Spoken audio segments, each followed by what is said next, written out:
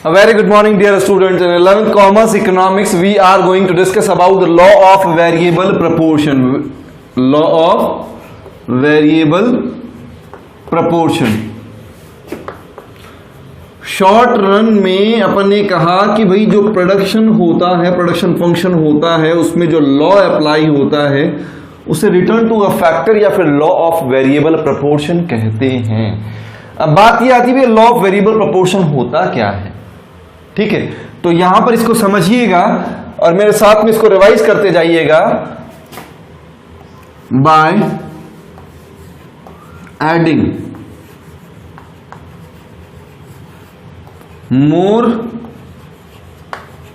and more units of variable input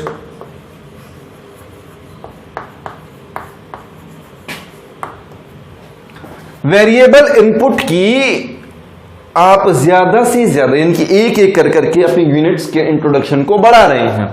variable input keeping the other factors, keeping the other factors constant. ये जरूरी है भैया, बाकी factors को आप कांस्टेंट रखना, उसमें किसी तरह का कोई चेंज नहीं कर रहे हैं। Factors constant. क्या लिखा आपने?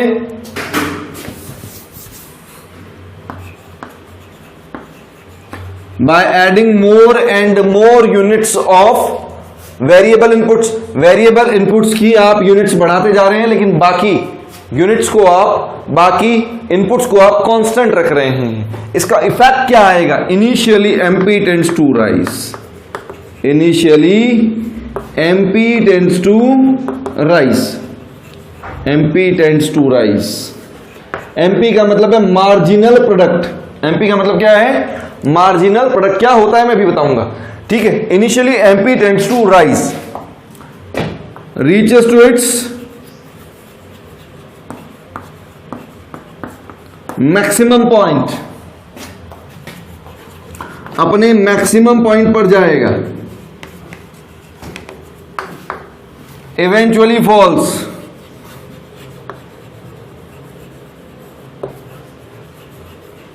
then become zero,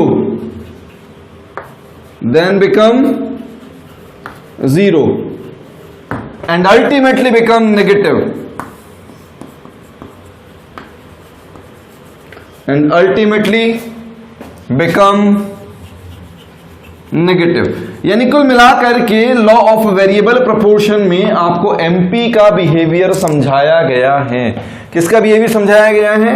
एमपी का। एमपी का मतलब क्या होता है? Marginal product. एमपी का मतलब क्या होता है? Marginal product. मार्जिनल प्रोडक्ट क्या होता है? मार्जिनल प्रोडक्ट क्या होता है? Change in TP. Marginal product क्या होता है? Change in total product. Change in total product due to employment of an additional variable input. Additional variable input, एक एडिशनल वेरिएबल इनपुट इंप्लॉय करने से टीपी में जो चेंज आएगा वही मार्जिनल प्रोडक्ट कहलाएगा। और मार्जिनल प्रोडक्ट का behaviour he law of variable proportion है। अब बिहेवियर है क्या? आपने कहा कि भैया धीरे धीरे आप वेरिएबल इनपुट्स बढ़ाते जाते हैं, तो initially MP tends to rise.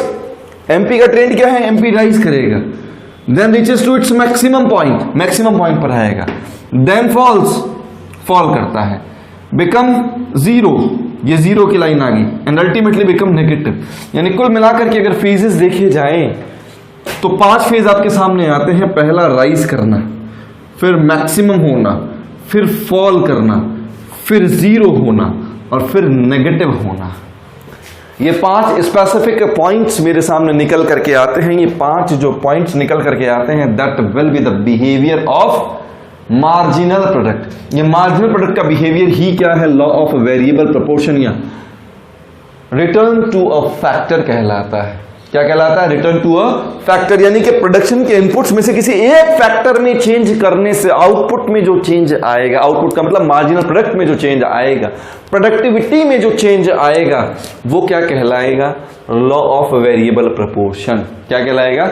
Law of variable proportion. इन सब के पीछे कारण है, इन सब के पीछे कारण है कि भैया क्यों बढ़ता है, क्यों गिरता है और क्यों नेगेटिव होता है, उन सबके बारे में चर्चा करेंगे। लेकिन हाल फिलहाल पहले कवर क्या करें? पहले कवर ये करें कि एमपी होता क्या है। एमपी क्या होता है? फटाफट से मेरे साथ में रिकॉल करते जाएं। एमपी क्या होता है? Change in TP due to employment of an additional variable input. Change in TP यानी कि टोटल प्रोडक्ट में आने वाला चेंज। चेंज कब आएगा? जब आपने वेरिएबल इनपुट्स में चेंजेस किए हों। तो यहां पर एडिशनल चेंज के बारे में बात की जाती है, यानी कि एक एडिशनल वेरिएबल इनपुट लगाने से आपके टीपी में जो चेंज आएगा वही एमपी कहलाएगा। अच्छा, मार्जिनल प्रोडक्ट हो गया। टीपी क्या होता है? टोटल प्रोडक्ट क्या होता है? टोटल प्रोडक्ट का मतलब ये हो गया sum total of output yield. Yield का मतलब प्रोड्यूस्ड, ठीक है? यील्ड का मतलब क्या होता है? Produce. Sum total of output produced by using all available units of inputs. आपके पास में इनपुट्स की जितनी भी यूनिट्स थी वो सारी की सारी काम में ले ली। सारी की सारी काम में लेने से जो sum total of output generate हुआ वो क्या कहलाएगा?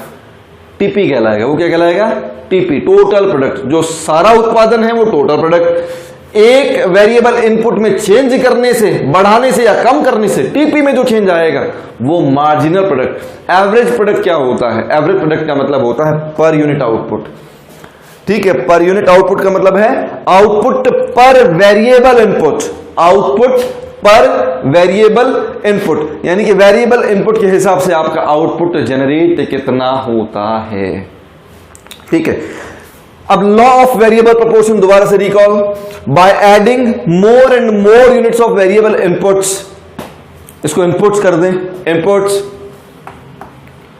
Keeping the other factors constant, initially MP tends to rise और reaches to its maximum point, eventually falls, then become zero and ultimately become negative. ये कहलाता है law of variable proportion of behaviour of MP. Behaviour of MP. अब होता क्यों है?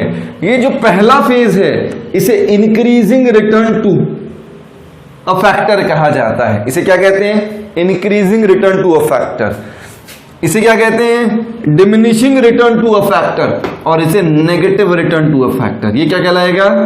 Increasing return to a factor, ये diminishing return to a factor, ये negative return to a factor. इन तीनों के पीछे के रीजंस क्या हैं वो पढ़ेंगे अपन अपने नेक्स्ट वीडियो में। Till then you will have to learn this concept clearly. अगर ये चीज अपने को समझ में आती है तो अगले कई वीडियोस, अगले कई टॉपिक्स अपने क्लियर रहेंगे, किसी तरह की कोई प्रॉब्लम नहीं रहेगी, क्योंकि सारे के सारे बेस इसी पर करेंगे। पहली चीज क्या होगी? लॉ ऑफ वेरिएबल प्रोपोर्शन को प्रिपेयर करना। होता क्या है? एमपी का बिहेवियर है। किसका बिहेवियर है? एमपी का बिहेवियर। इसको समझिएगा, इसको प्रिपेयर कीजिएगा, प्रॉब्लम आती है व्हाट्सएप कीजिएगा। Thank you, have a good day.